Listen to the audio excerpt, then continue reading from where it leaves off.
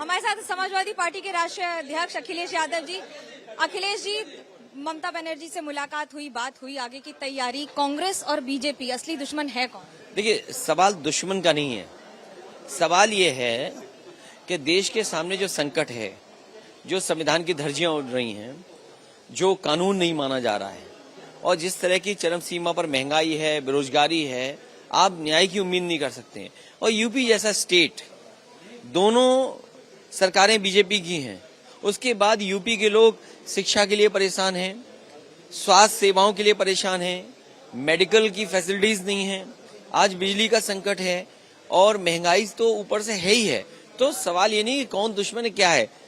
पूरी जनता ये चाहती है कि बदलाव हो और खासकर यूपी की सरकारें बदलें। उस दिशा में समाजवादी पार्टी काम कर रही है और 80 में से सबसे ज्यादा सीटें पिछले 2 इलेक्शन में भारतीय जनता पार्टी जीती है। समाजवादी पार्टी की जिम्मेदारी बनती है कार्यकर्ता नेताओं की कि इस बार भारतीय जनता पार्टी का मुकाबला करें। 2 बातें जिसके आधार पर आपको जीत का इतना भरोसा है, बिना कांग्रेस बीजेपी के साथ है, यानी कि बिना कांग्रेस के साथ आएगा। देखिए, कांग्रेस बड़ी पार्टी है, राष्ट्रीय पार्टी है, उसकी भूमिका वो खुद तय कर सकते हैं। जहां तक समाजवादी पार्टी का सवाल है, पिछला विधानसभा चुनाव हम लोग लड़े हैं और अगर हम वोट ऑफ परसेंटेज देखें, जिन दलों को साथ लेकर के चले थे, अभी तक का सबसे अच्छा परसेंटेज जो वोट है। इंडिविजुअली अगर हम समाजवादी पार्टी को देखें तो हम 38% तक वोट पाए हैं। अगर हम अलायंस का देखें तो पूरे उत्तर प्रदेश में जो वोट मिला है वो 36% वोट मिला है।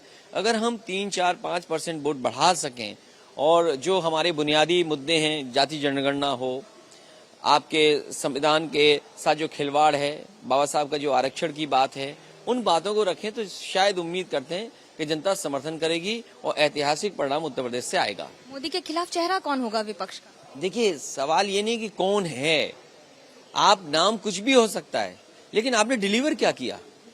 भाई, जिस स्टेट ने आपको प्रधानमंत्री बनाया, किसी एक्सप्रेसवे के लिए बजट नहीं दिया गया, कोई नया एम्स नहीं आया, कोई IIM नहीं आया, कोई नया सैनिक स्कूल नहीं आया, कोई निफ्ट नहीं आया, कोई सेंट्रल गवर्नमेंट का बड़ा इन्वेस्टमेंट नहीं आया है।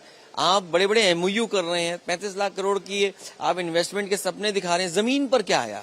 तो आखिरकार ये सवाल तो खड़े होंगे। और फिर मैनिफेस्टो 2014, मैनिफेस्टो 2019, मैनिफेस्टो 2017, मैनिफेस्टो 2022, ये 4 मैनिफेस्टो का जवाब आपके पास क्या है उत्तर प्रदेश में?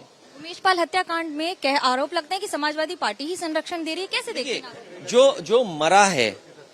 जो मरा है वो बीजेपी का है। जो सुरक्षा कर्मी थे वो उत्तर प्रदेश की सरकार ने जांच करके सुरक्षा दी थी। अगर गनर की जान चली जाए, उनकी अपनी पार्टी के नेता की जान चली जाए, तो इससे बड़ा दुर्भाग्य क्या हो सकता है। सब एजेंसीज आपकी हैं, एजेंसी कोई समाजवादी पार्टी की तो नहीं है ना, एजेंसी आपकी है, क्योंकि आपको उस घटना का जवाब नहीं देना है, बनता नहीं आप पे जवाब। तो आप कहते हैं कि भाई मुस्लिम हैं, ये हैं, आपकी पार्टी में थे। अरे ये बताओ ना कि कौन किसके साथ था। और पिछले उपचुनाव में क्या भारतीय जनता पार्टी ने जिनका नाम, जिन पे आरोप लगा रहे हो, क्या उनका साथ नहीं लिया? क्या पुलिस के अधिकारी, STF के अधिकारी उन्हें नहीं धमका रहे थे, जिनका समाजवादी पार्टी का एसोसिएशन बता रहे हैं आप? क्या STF, क्या बीजेपी के लोग साथ नहीं ले रहे थे? क्या इलेक्शन कमीशन इंतजार करेगा नॉमिनेशन के लिए?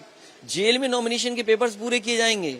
अरे अब तो CCTV है। अगर मिलने पर किसी को आप बर्खास्त कर रहे हो, किसी के मिलने पे अगर किसी को खिलाफ केस लगा करके जेल भेज रहे हो, तो आप तो CCTV इस बात की जांच कराइए कि पर्चा भरने के लिए कौन कौन नेता, कौन कौन बीजेपी के लोग, कौन कौन अधिकारी जेल गए थे। आखिरी सवाल, आप लोकसभा चुनाव लड़ेंगे? हाँ, वो तो पार्टी तय करेगी और हम सब लोग लड़ेंगे। पार्टी तय करेगी और खुद राष्ट्रीय अध्यक्ष का ये कहना साफ। कैमरा पर्सन सूरज पांडे के साथ मनोज्ञा लोईवाल, कोलकाता, ABP न्यूज।